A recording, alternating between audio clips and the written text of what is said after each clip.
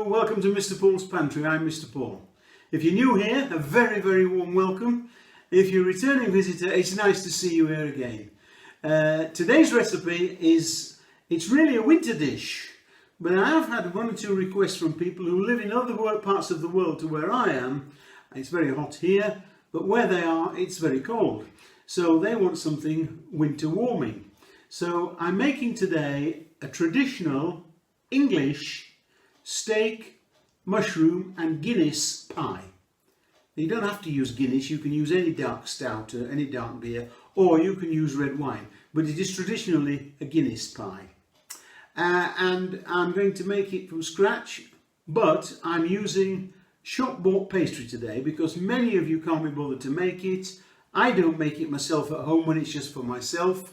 In the shop we made it because we were making large quantities, but shop-bought pastry these days is very, very good. You can buy some lovely pastry and it really is very, very nice. So don't be afraid to use it. Now, you can use any kind of pastry you want on this pie. You can use shortcrust, you can use puff pastry, you can use hot crust pastry. It doesn't matter. Today, I'll be using a shortcrust base with a puff pastry top. That's how we used to make them in the bakery for many, many years. Well, these pies always had a puff pastry top, but that's entirely up to you. Okay, so we'll get on and show you the ingredients and then we'll get cracking before the sun gets up. All right, I'll see you in a minute.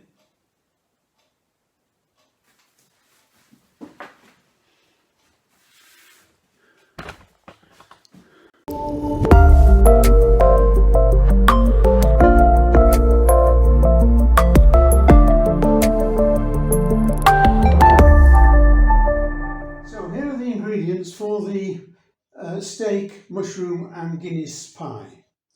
So first of all, we've got some steak. I've got some beef here. Now, can I just explain before I start with these?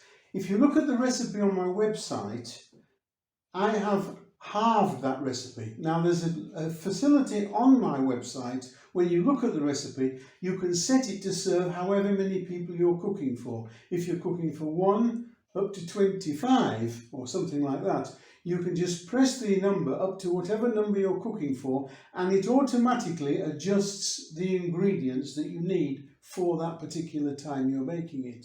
Okay, so I've halved it, so I've got 500 grams of beef here. The recipe is underneath the video as well as on my website. So we've got some beef, we've got some mushrooms. Now, you can use any kind of mushrooms. I normally use portobello, but I couldn't get any today. Mushrooms. I've got some celery. I've got an onion, some garlic, some carrots. Now, if you want, you can use a little bit of this in your stock, or some Marmite or something like that, which is commonly known as yeast extract. Okay? I'm using bottle because it's got the beef in it. I've got some beef stock, which I made myself, by the way. You can use a carton from the supermarket or you can use stock cubes. If you're using stock cubes, be very, very easy with the salt because stock cubes are notoriously salty. Some black pepper, some Guinness, and I've got some bacon here. Some bacon and a sprig of thyme and a bay leaf. And as well as all that, I will be using probably a little bit of flour just to thicken up the gravy. So those are the ingredients and let's get on with doing it. So before we start, a couple of little tips you may know, you may not know. But if you're like me and you have a cutting board that's a little bit wobbly, a nice little tip is to take a damp cloth on your bench, put your cutting board on top of it and it's very, very firm like that. The next thing is, if you haven't got one of these, it's called a steel. Now some knife sets have one with them, some you have to buy them separate, but it's for keeping your knife home nicely on the edge so you don't cut yourself, because using a blunt knife is the worst thing you could do in a kitchen. you're more likely to cut yourself with a blunt knife than you are with a sharp one. And this, I use it like this. You keep the knife on an angle, not a big angle like that, and it just keeps a nice edge on the knife. You can do it safely like this if you want, if you feel safer, or you can do it like this. I was taught to do it like this, probably not the right way, I may cut myself, but that's the way I was taught to do it. If you do that every time you're going to use this knife, it will stay sharp for a very, very long time. Okay, now the first thing we're going to do is we're going to cut the meat into proper chunks. Now it is in some nice chunks, as you can see here. Just get rid of the papers inside. It is in some nice chunks, but they're too big for my pie because I'm making a pie just for 2 of us. Well, the 2 of us is me and the dogs, okay? But I shall be having half the pie. And these pieces of meat, as you can see, are quite big. So I want them a nice size in the pie, probably something like that. Okay? And I think that's a good size to go in a pie because they will shrink a little bit as you're cooking them, but don't cut them too small, and we don't want great big chunks of them. Now if you come across any bits of gristle or anything like that for instance, we don't want that in the pie. Kick it out. So I'm going to cut all my pieces like this. Okay, so I'm going to put that in a dish and keep it to one side while we prepare the rest of the ingredients. I'll just wash my board and my knife and I'll be back shortly. And we're going to start with these carrots. I'm going to cut the carrots in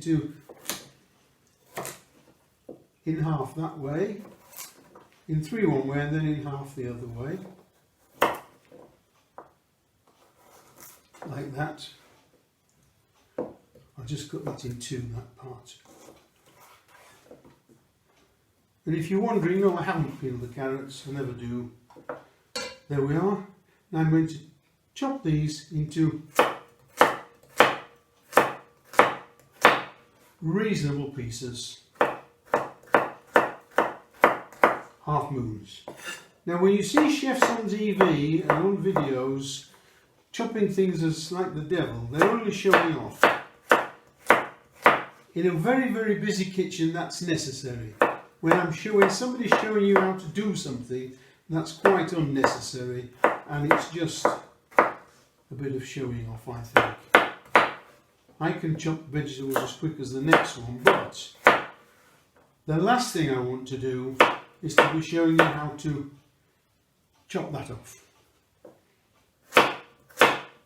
Keep your mind on what you're doing, take your time, never cook in a hurry. That's all going into there. I'm going to just the celery now. It's just 1 stick of celery with this this part of the recipe that I've got. I'm halving the recipe as I explained to you. So this is going to be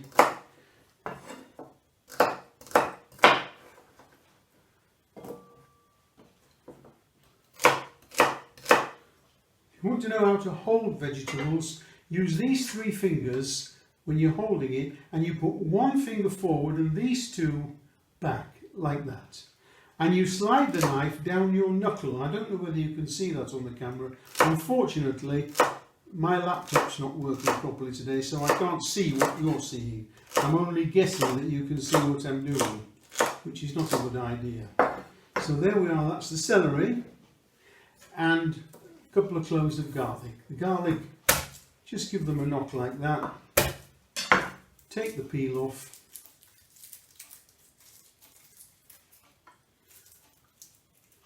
I normally put these straight through the garlic press and it keeps the peel inside. I don't have to remove the peel, the press removes it. Unfortunately, my garlic press is in the dishwasher and it's only halfway through its cycle. So I'm not opening the door because it's a bit temperamental and sometimes it won't start again. Mind you, it's very old. I've had it 20 something years, so I can't complain. So there's the garlic, and now we need the onion prepping. Now the onion, A lot of people seem to have difficulty with onions. I don't know why. There's no need to be difficult. Take the top bit, not the root bit. Leave the root bit where it is. Just take the top bit off like that. A nice thin slice. Then cut it in half, that way. So you've got half the root on there and half the root on there. Now all we have to do now is just get our thumbnail under the peel and take this off bit by bit. It's the easiest thing to do in the world. So now we've got the onion, excuse me, and we're going to cut this down like that. So the root's there, and I've cut it 1, 2, 3, 4 like that. 1, 2, 3, 4 bits. And then we're going to take it that way, down like that. Sorry, I hope you can see all this. Okay. Throw the root away. So the first thing we're going to do is small amount of oil in the pan, and we're going to caramelize the meat. Now what we don't want to do here is we don't want to overcrowd the pan, because otherwise, if we do, we'll start to boil the meat rather than fry it. What's going to happen here, I'm sure if you've seen other videos of mine or other people's, you will understand. We are now caramelizing the sugar that's actually in the meat. That's browning it, and that's where most of the flavour comes from, as well as the additives of herbs and spices, of course, but most of the flavour comes from when you caramelise the meat like this. So leave it for a while to brown underneath. Don't start digging and poking and shaking and prodding it straight away. Just leave it there for a short while, and then we'll turn it over and do the other side. And we'll gently go through this system until we get all the meat that was prepared ready to go into the pie. Now I think the meat's ready for turning, and just get it on and have a look. Turn it over, and you can see now it's nicely browning, just like that.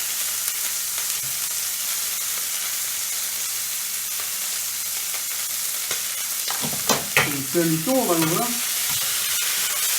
and do the other side with it.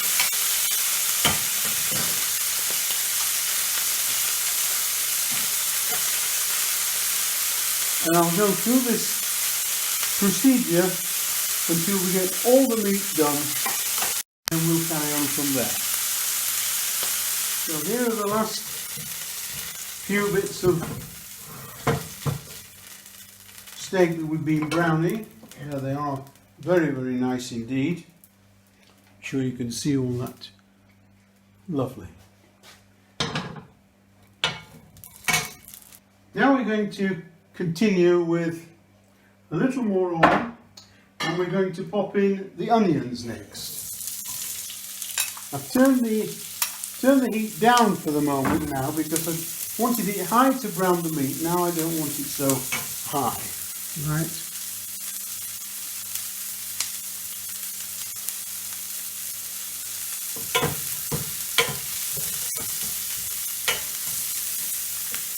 Just get those gently going. Now we're going to add the garlic.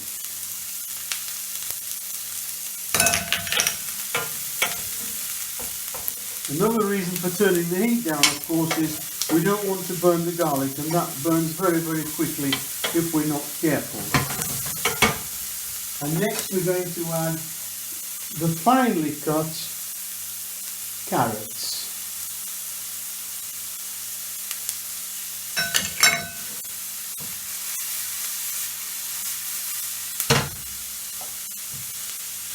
And we can just gently fry that now for 2 to 3 minutes.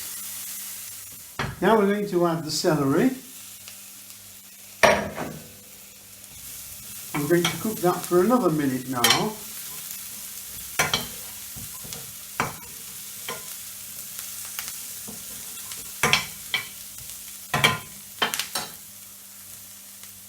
and then add the rest of the carrots. These are the ones I cut a little larger before.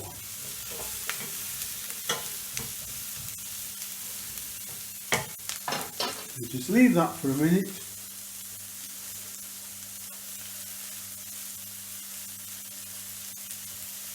And we're going to cook this now with the lid on a gentle heat for 6 minutes. 6 minutes. Right, this is the 6 minutes up now, and we're going to add to that about a tablespoonful of flour. That's all. This is just to help thicken the sauce afterwards, okay? Just mix that in so we don't get any lumps when we add the stock, etc. Now, can you see all that lovely brown in the bottom there? I'm sure you can. This is where most of the flavour is. So we always use the same pan we've done all the other operations in to cook the meat in. Okay? We leave that as it is. Now we're going to add the Guinness.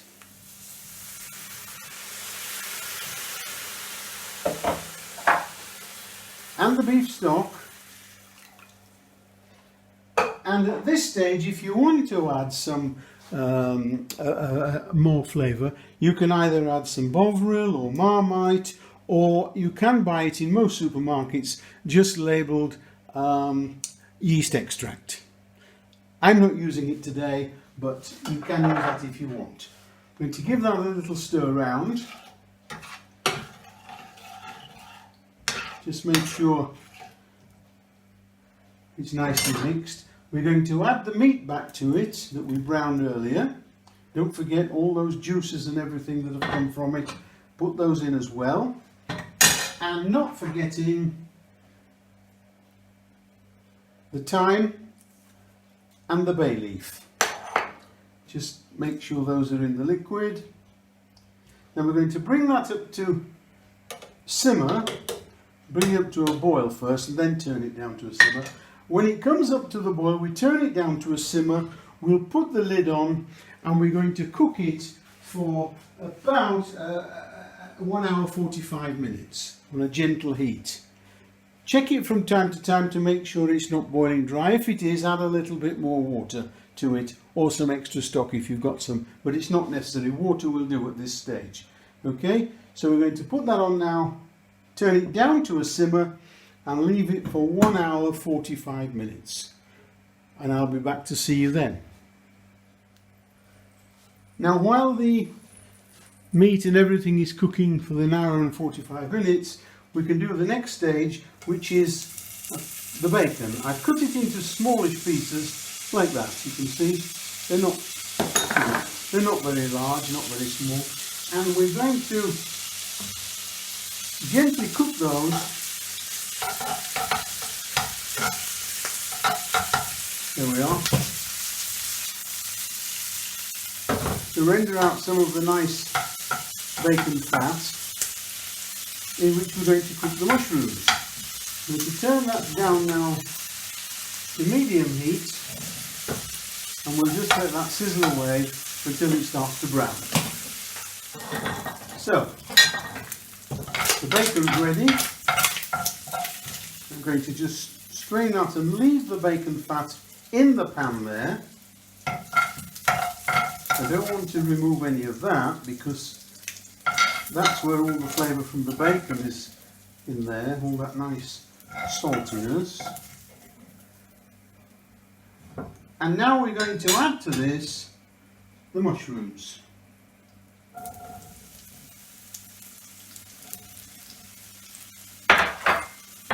And these are going to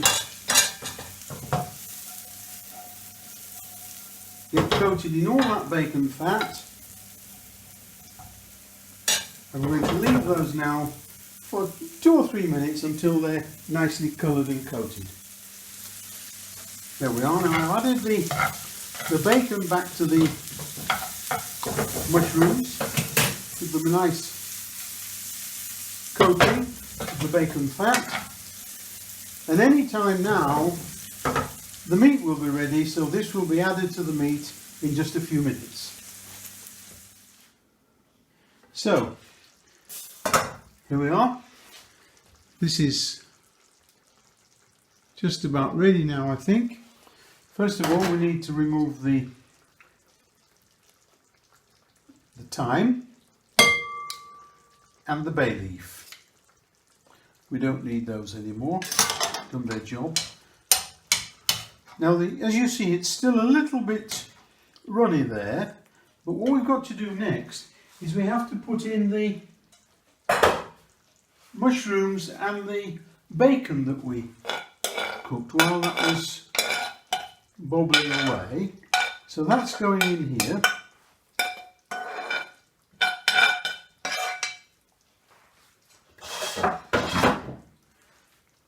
Give that a nice mix up and stir, make sure it's all incorporated. Now what we need to do now is we need to leave the lid off this, and we're going to bring it back up to simmer. Bring it to the boil first and then turn it down. There, it's coming back up to the boil. Now we're going to turn that to not a real simmer, but so it's bubbling away.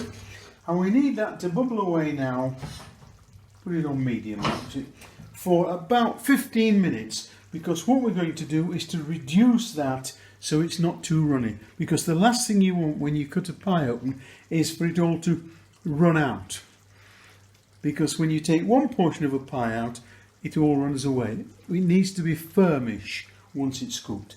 Now I've decided, whilst I've been waiting for this cooking, I'm not going to make one big pie like I originally decided, because I live on my own, so I'm going to make some individual pies, because I have been getting emails from people quite recently asking about cooking for just one or two.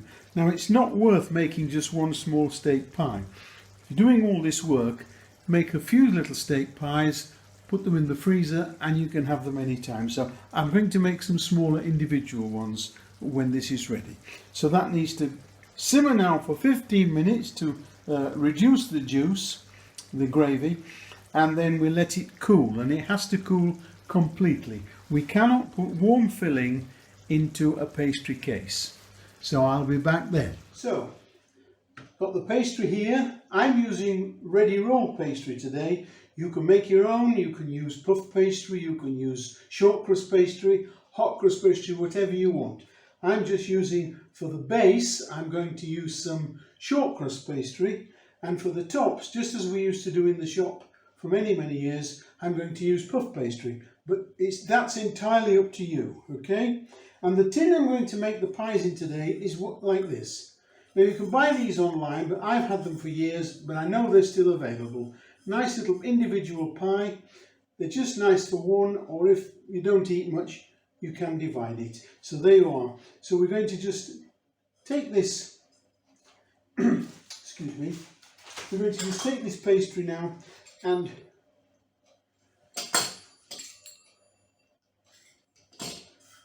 get one piece and pop it into the pie tin.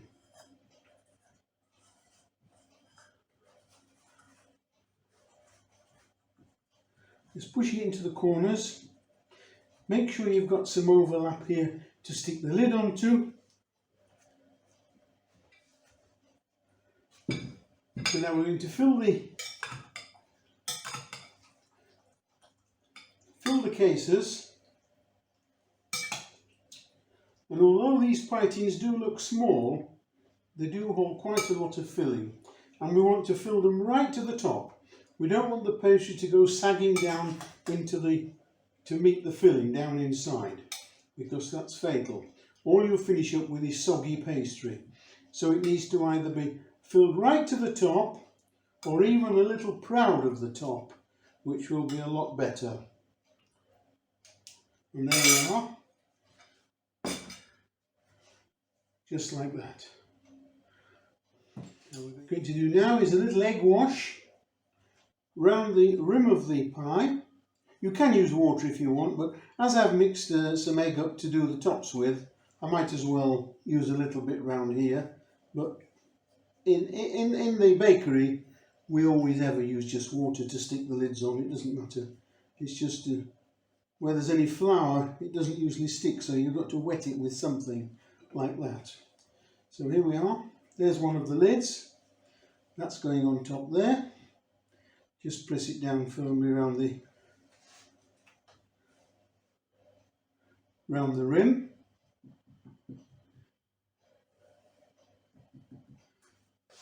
I'm going to trim that level with the tin down the side. Now don't forget, these pieces of pastry that we've got here, you can pop them in a plastic bag, freeze them, and then when you make some more pastry next time, you can add some of this to it and use it up. Or you can just re-roll it and make something else. It's finger and thumb and my thumb. And it's 1, 2, 3, 4. Just like that. And what we're doing is sealing the edge so that nothing will boil out. That's one.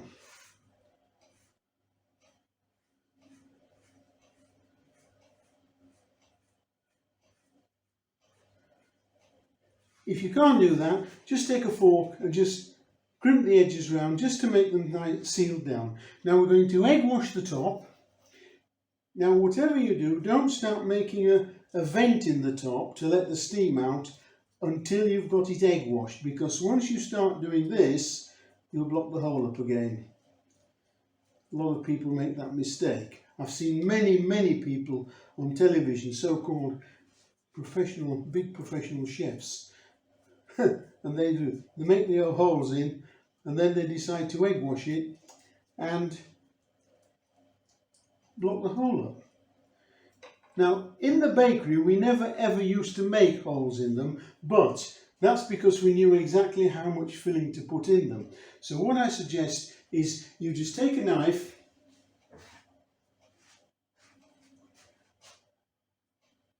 and just make 2 little holes like that. Not big ones, you don't need a lot of hole. Now they're going to go in the fridge now for about 15 to 20 minutes before I put them in the oven. And they're going to be baked at 200 degrees centigrade for probably 35 minutes. Have a look at them at 30. I'll be back shortly. So here they are, straight from the oven, very hot. Nice crispy pastry on top. And I'm sure beautiful underneath. I can't show you underneath yet because they're very hot. So I'm going to let them cool down and then we'll have a look inside. So here we are. We're going to give it a little slice through the middle and have a look inside.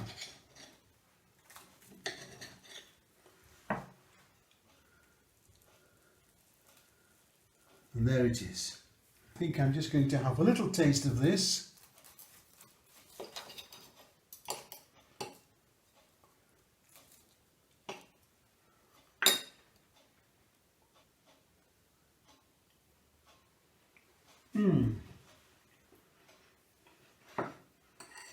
Absolutely delicious.